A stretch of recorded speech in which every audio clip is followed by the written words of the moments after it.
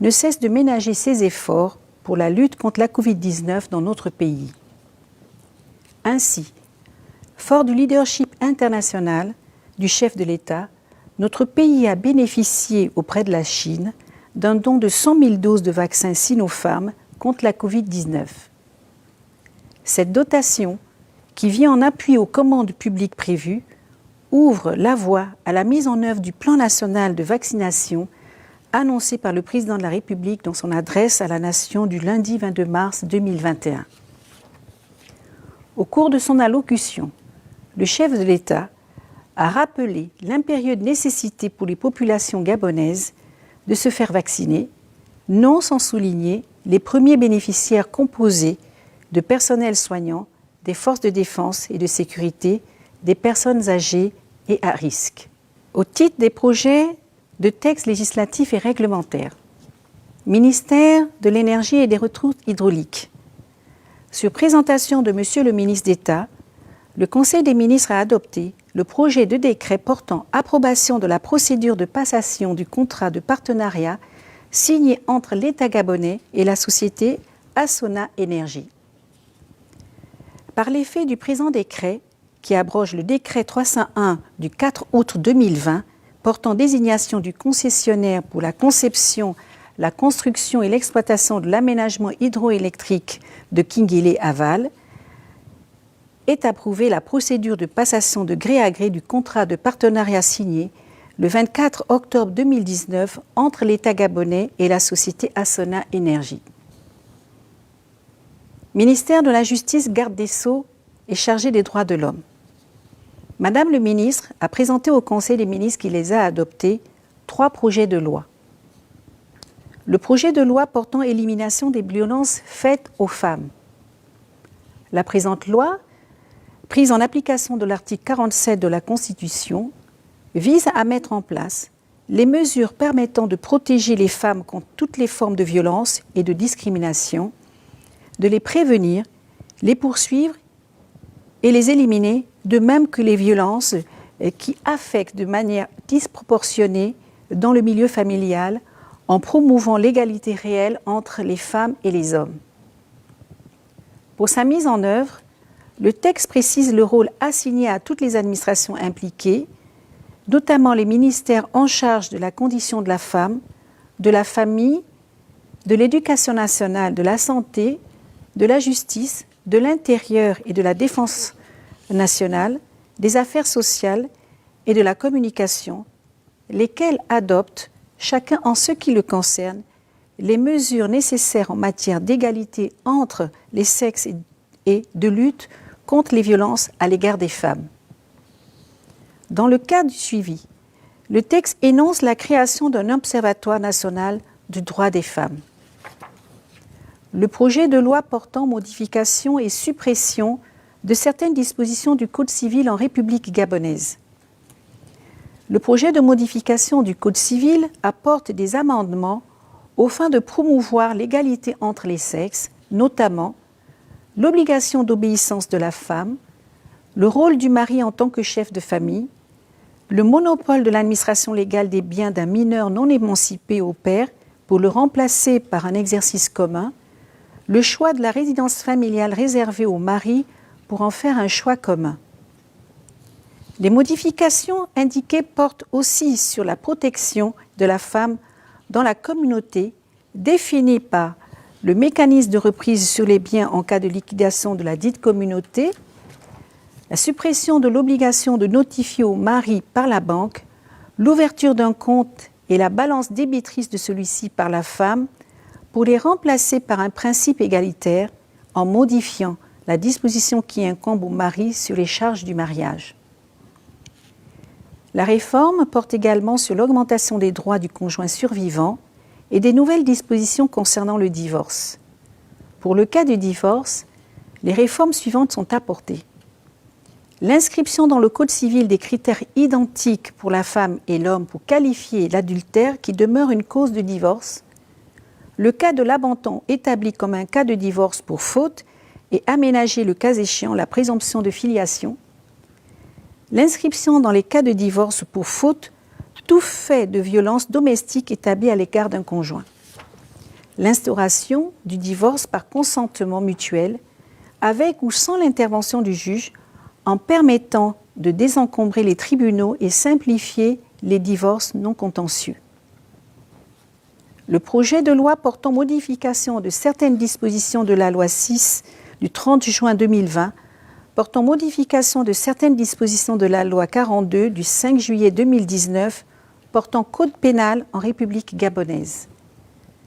S'inscrivant dans la stratégie de promotion des droits de la femme, le projet de modification du code pénal apporte une ouverture plus large du droit d'interruption volontaire de grossesse, de sorte que l'état de détresse de la femme n'aurait plus besoin d'être qualifié de grave, l'exigence de l'avis du médecin pour constater l'état de détresse de la femme enceinte serait supprimée, la femme étant seule à pouvoir apprécier la réalité de son état de détresse au moment de la demande, la possibilité de prévoir la consultation préalable obligatoire d'un professionnel de santé ainsi qu'un délai de réflexion minimum.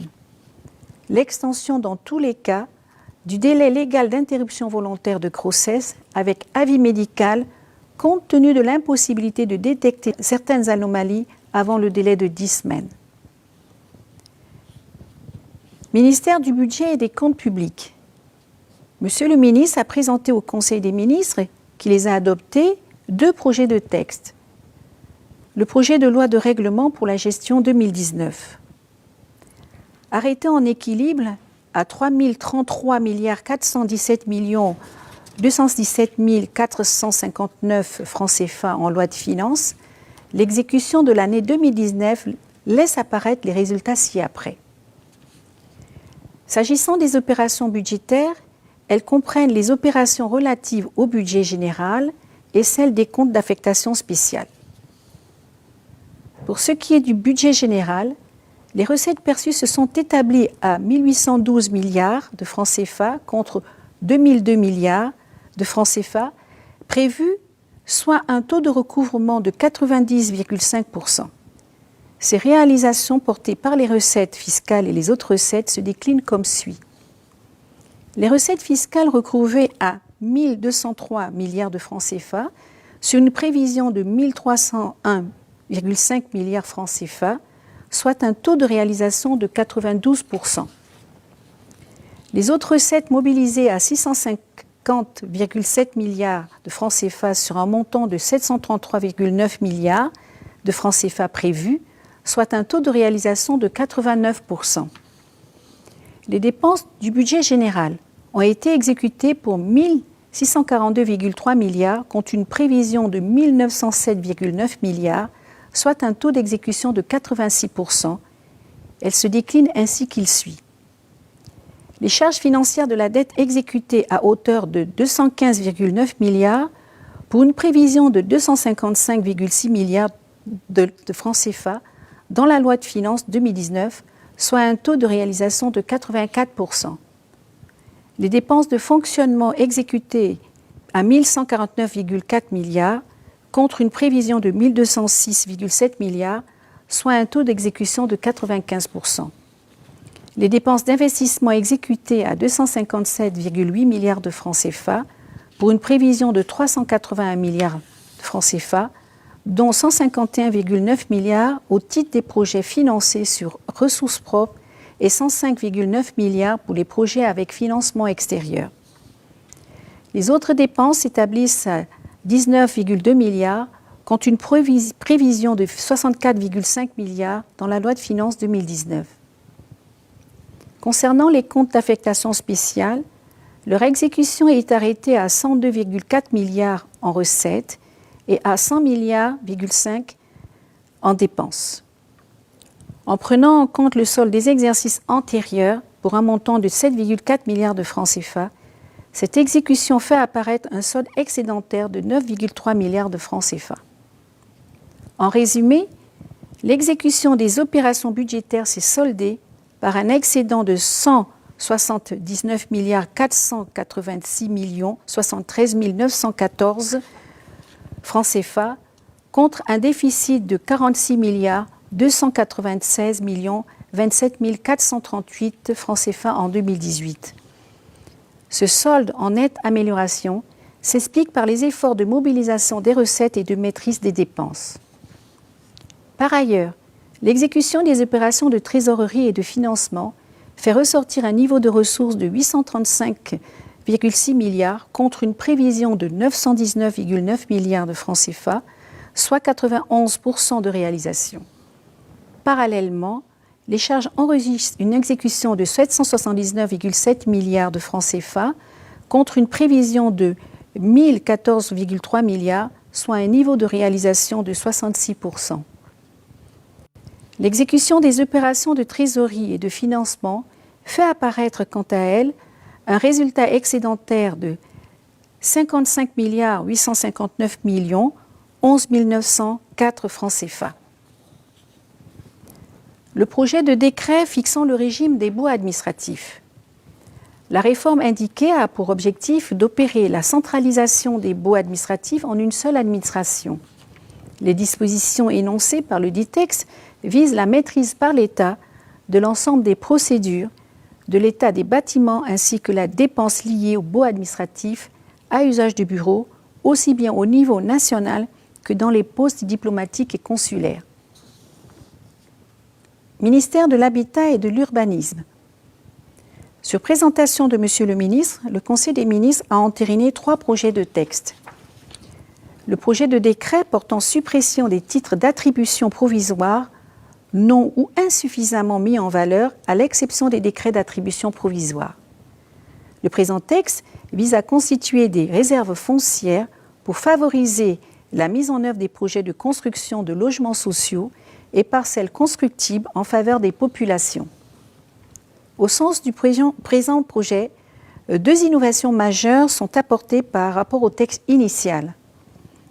L'annulation des réservations foncières établies au profit des promoteurs immobiliers, des concessions provisoires, des permis d'occuper et autres arrêtés définitifs n'ayant pas ou ayant été insuffisamment mis en valeur ou ayant été établis en violation des dispositions légales en vigueur en la matière. La désignation en liaison avec les autres administrations compétentes de l'Agence nationale de l'urbanisme, des travaux topographiques et du cadastre comme organe d'exécution et de suivi du nouveau dispositif. Le projet de décret portant déclaration d'utilité publique de la parcelle numéro 10 située à Ikolo, dans le département de l'Ogooué-des-Lacs, dans la province du Moyen-Ogooué. Le terrain ainsi déclaré d'utilité publique est destiné à recevoir la zone économique à régime privilégié d'Ikolo, inscrite dans le cadre de la stratégie de relance de l'économie, visant à créer également de véritables pôles d'industrialisation propices aux investissements nationaux et étrangers et à la création d'emplois. Le projet de décret portant modification de certaines dispositions du décret 257 du 19 juin 2012 réglementant les cessions et locations des terres domaniales. Pris en application des dispositions de l'article 47 de la Constitution, le présent décret modifie et complète certaines dispositions du texte submentionné. Ainsi, le texte apporte comme innovation majeure par rapport au texte initial la limitation des superficies à attribuer en zone urbaine ou rurale pour tout demandeur personne physique ou morale de droit privé et l'obligation que la parcelle soit desservie par une voie d'accès. En zone urbaine de 200 m² à 5000 m², en zone rurale de 200 m² à 10 hectares. En matière de politique générale, Ministère des Affaires étrangères, le Conseil des ministres a marqué son accord aux demandes d'agrément de leurs excellences, messieurs Raymond Udof Brown, en qualité d'ambassadeur de la République fédérale du Nigeria, près la République gabonaise avec résidence à Libreville au Gabon. Monsieur Ram Karam Verma, en qualité d'ambassadeur de l'Inde près la République gabonaise avec résidence à Kinshasa en République démocratique du Congo. Monsieur Christian Denis McClure, en qualité d'ambassadeur extraordinaire et plénipotentiaire du Royaume-Uni, de Grande-Bretagne et d'Irlande du Nord, près de la République gabonaise avec résidence au Cameroun. M. François Ibovi, en qualité d'ambassadeur extraordinaire et plénipotentiaire de la République du Congo, près de la République gabonaise avec résidence à Libreville. Ministère de l'Emploi, de la Fonction publique, du Travail et de la Formation professionnelle. Le Conseil des ministres a pris acte des conclusions de l'opération de recensement biométrique des agents publics qui s'est déployée sur l'ensemble du territoire national en 2 phases, de septembre à décembre 2019 et de mai à juillet 2020. Cette opération qui visait les objectifs qualitatifs et quantitatifs des effectifs de la fonction publique a permis de faire un état des lieux des ressources humaines et d'initier des actions d'assainissement de la masse salariale et des fichiers de rémunération. Ministère des Affaires sociales et des droits de la femme. Sur présentation de Madame le ministre, le Conseil des ministres a adopté le projet de plan d'action national de la résolution 1325 du Conseil national de sécurité des Nations unies sur les femmes, la paix et la sécurité 2021-2023. Ce plan d'action national est la réponse du gouvernement du Gabon à la concrétisation de l'exécution de la résolution 1325 et les autres résolutions connexes du Conseil de sécurité des Nations unies sur l'agenda femmes, paix, sécurité. Il s'inscrit en soutien aux différentes politiques publiques, stratégies, plans d'action, programmes et projets existants, répondant ainsi aux priorités nationales dans le respect des engagements du Gabon à travers les divers instruments internationaux auxquels le pays a adhéré. Enfin, le Conseil des ministres a entériné les mesures individuelles suivantes. Présidence de la République, Secrétariat général, est remis à la disposition de son administration d'origine, M. Jean-Claude Langara Ossara, agent des forces de police nationale, précédemment chargé de mission du président de la République. Cabinet du président, chargé des missions du président de la République, M. Victor Lewandji. Ministère de l'Intérieur, mairie de Libreville, secrétaire général, M. Hans-Émery Fabrice Dika Rado. Ministère du Tourisme, Direction générale du tourisme, directeur général, M. Arcade Aymon Lépéi. Ministère de l'Économie et de la Relance, directeur de cabinet, M. Jean Tati Mavungu. Chargé d'études, M. Cyril Alban Malabi Maïla, M. Herbert Mitch Oguma. Aide de camp, Larry Kefel Mangui, agent de sécurité, M. Wilfried Kouma, Igor Satuné Bolossa Massala. Direction générale des impôts. Chef de centre des impôts de moyennes entreprises, Madame Lola Dulcines Akoma Lingele. Direction des vérifications fiscales et internationales. Directeur des vérifications fiscales, M. Ghislain Otsobi. Inspection des services. Inspecteur adjoint, Mesdames Mireille Marcel Mekam, Eriga Laetitia Afununga, épouse Landry Bongo Ndimba, Messieurs Derlin Alex Abessolo, Wenceslas Pissama Dissafundu, Paul II Abessolo Esso Minto. Ministère du Budget et des Comptes publics. Cabinet du ministre, directeur de cabinet, M. Chrysostome Ekinetou. Conseiller diplomatique, M. Jean-Jacques Boukabouka. Direction générale de la comptabilité publique et du Trésor. Agence comptable de la Caisse nationale de sécurité sociale. Agent comptable, M. Anissé Ndjila Koumba. Trésor public, direction de la dépense, directeur, M. Ulrich Mbadinga Badinga. Directeur adjoint, M. Hervé Ongali. Direction des opérations monétaires et financières. Directeur, M. Franck Albert Zobo. Inspection des services, M. William Matangoy. Ministère du pétrole, du gaz et des mines. Cabinet du ministre. Conseiller juridique, M. Didier Claver Ndong. Secrétariat général. Direction générale des mines. Directeur général, M. Didier Robert Révandine. Directeur général adjoint, M. Christian Mapaga. Direction générale des hydrocarbures. Directeur général adjoint, M. Edgar Mbina Kombila. Direction de la commercialisation, directeur, Mme Michelle Réonigno. Société gabonaise de raffinage Sogara. Directeur général, M. Edson Mvunzinga. Directeur général adjoint, M. Christian Avaro Yeno. Conseiller du directeur général, M. Fabrice Lilion Ossavou. Directeur des opérations, M. Sosten Moussavou. Directeur QHSE et contrôle, M. Alain Minko Minzogo. Directeur financier, M. Christian Mvoulou Mvé. Directeur administratif, M. Anissé Moussavou. Société d'entreposage des produits pétroliers SGPP. Directeur général adjoint, M. Guy-Christian Boissa.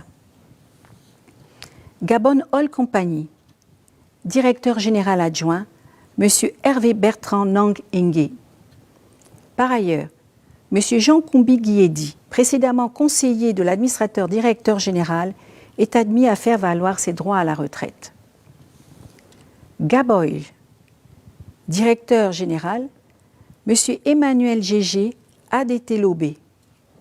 Directeur financier, M. Landry Vianney Ivolou. Ministère des Affaires sociales et des droits de la femme. Caisse nationale d'assurance maladie et de garantie sociale CNAMGS. Conseil d'administration. Président du conseil d'administration, M. Jean-Pierre Boukila. Caisse nationale de sécurité sociale. Directeur général, M. Patrick Ossi Okori. Directeur des prestations, Mme Priska Opirina. Directeur des ressources humaines, M. Axel Fouti. Conseiller, M. Serge Mesmembele. Conseiller juridique, M. Hervé Ngangui. Ministère du Commerce, de l'Artisanat, des petites et moyennes entreprises et de l'industrie. Agence gabonaise de normalisation Aganor. Directeur administratif et financier, M. Florent Jasmin Lioko Mbinga. Conseiller du directeur général, Mme Mireille Mbela. Ministère de la promotion des investissements, des partenariats publics-privés chargés de l'amélioration de l'environnement des affaires. Agence nationale de la promotion des investissements. Conseil d'administration. Président du conseil d'administration, M. Aimé Popanzoussi Mouyama. Ministère des Travaux publics, de l'équipement et des infrastructures. Direction générale de la construction et de l'équipement. Directeur de l'assainissement, M. Sylvain Mintogo Onzigi. Direction générale de l'entretien des routes et aérodromes. Directeur général, M. Mio Lambert Mouvinde. Ministère des Transports. Secrétariat général. Secrétaire général, M. Silver Landry Boubala. Ministère de l'Habitat et du Cadastre. Secrétariat général. Secrétaire général, Mme Juliette Karinskit. Directeur central des affaires juridiques, M. Étienne Guéma Assoumou. Service du contentieux, chef de service, M. Théodore Mata Kouaou. Institut national de la cartographie. Directeur général, M. Ghislain Iwangou Mapangou. Directeur général adjoint, M. Augustin Steve Assoumou. Je vous remercie.